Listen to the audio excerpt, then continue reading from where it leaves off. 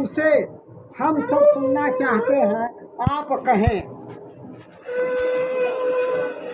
नारदेव स्वयं पृष्टो भगवन् कमलापतिं सुवर्णं यथावाहं तक्षगुणो समाधिता।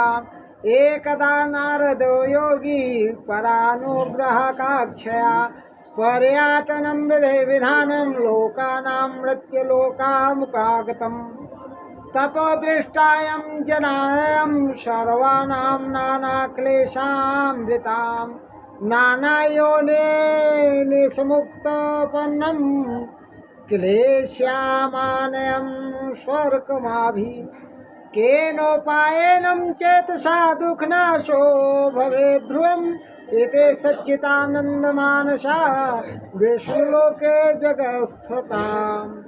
श्री सूत जी ने कहते हैं, इसी प्रकार देवर्षि नारद जी ही द्वारा पूछे जाने पर भगवान कमलापति ने जैसा कहा था उसे कह रहा हूँ। आप लोग सावधान हो करके सुने। एक समय योगी नारद जी लोगों के कल्याण की कामना से विधि विधान लोगों में भ्रमण करते हुए मृत्यु लोक को आए और वहाँ अपने पाप कर्म के अनुसार नाना योनियों में उत्पन्न सभी लोगों को अनेक प्रकार के क्लेश दुख भोगते हुए देखा तथा किस उपाय से इनके दुखों का सुनिश्चित रूप से नाश हो सकता है। ऐसा मन में विचार करके वह विष्णु लोक चले गए। वहाँ चार भुजा वाले शंख चक्र गदा पद्य तथा बनमाला सुशोभित शुक्ल वर्ण भगवान नारायण का दर्शन करके देवाधिदेव महादेव की स्तुति करने लगे। हे वाणी और मन से परे स्वच्छ रूप वाले अनंत शक्ति सम्मान आदि मध्य और अंत में रहित निर्गुण और सकल कल्याण के गुणों से संपन्न स्थिर जंघात्मक निखिल संतुष्टि के पंच के कारण भूत तथा भक्त को पीड़ा नष्ट करने वाले परमात्मा, आपको नमस्कार है। स्तुति सुनने के अंत में भगवान श्री विष्णु ने नारद जी से कहा, कमर्थमागतोषि त्वाकिते मन की सर्वते कथयश्च महाभागम तत्सर्व कथाइमिते। श्री भगवान ने कहते हैं, महाभाग आप किस प्रयोजन से यहाँ आए हैं, आपके मन में क्या है कहिए, यह सब कुछ मैं आपको बताऊंगा।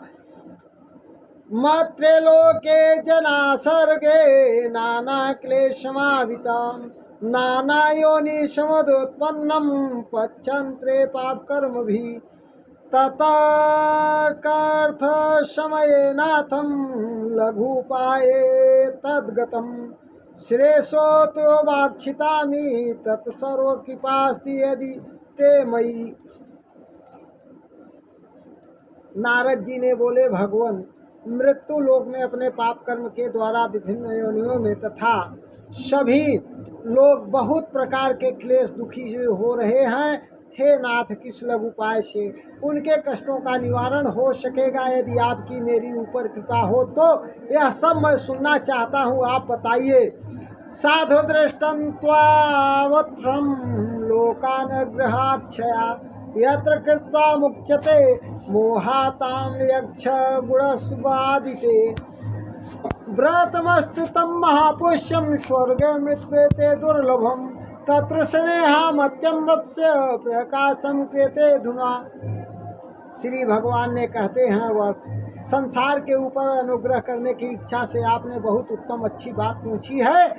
जिस व्रत के करने से प्राणी मोह से मुक्त हो जाता है उसे आपको बताता हूँ, सुने।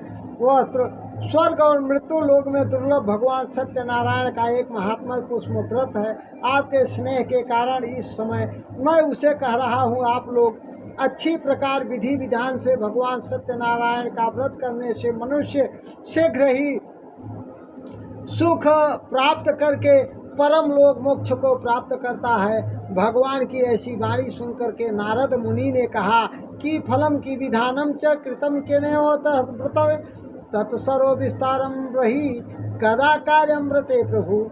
नारद जी ने बोलते हैं, प्रभु इस व्रत को करने का फल क्या है, इसका विधान क्या है, इस व्रत को किसने किया है, कब और कैसे करना चाहिए। दुख शोकादिकम धन धान्याधिवर्धनाम सौभाग्यं संताकितं सर्वत्र विजय प्रदानया। ये श्वेतं कमिष्यन्ति दिने मृत्ये भक्ति श्रद्धा संविताम तत्सर्वोत्य नारायणं देवं यजेश्चैव विनाशितमुखे। ब्राह्मणे धर्मवेश्याचैव सहितो धर्म तत्परम नैवेद्यं भक्तो यदा समादं भक्षामुक्तयां रंभा फलं घृतं क्षीरं गोधचूर्णं चूडकाम् आभावं शले चूर्णं या शर्करा गुड़स्थता सपादं सर्व भक्षामि चौकी कृता निवेदित्या। श्री भगवान ने कहते हैं, यह सत्यनारायण सुख शोक आदि समान करने वाला, धन धान्य की वृद्धि करने वाला, सौभाग्य और संतान देने वाला तथा सर्वत्र विजय प्रदान करने वाला है। जिस किसी भी दिन भक्ति श्रद्धा से ये मन वांछित होकर के बंधु बांधवों के साथ सर्वत्र धर्म तात्पर होकर के सायंकाल भगवान सत्यनारायण का